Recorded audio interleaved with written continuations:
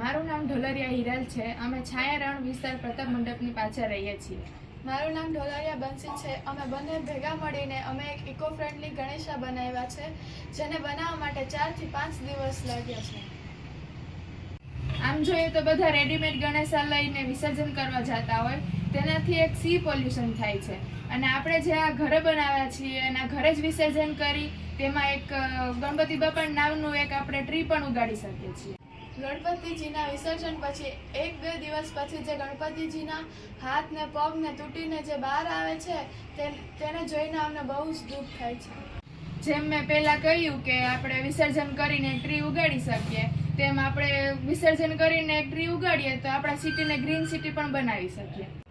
અમારી બધાને રિક્વેસ્ટ છે કે નાના ભલે બનાવો પણ ઘરે બનાવી અને ઘરે જ વિસર્જન કરો. Thank you.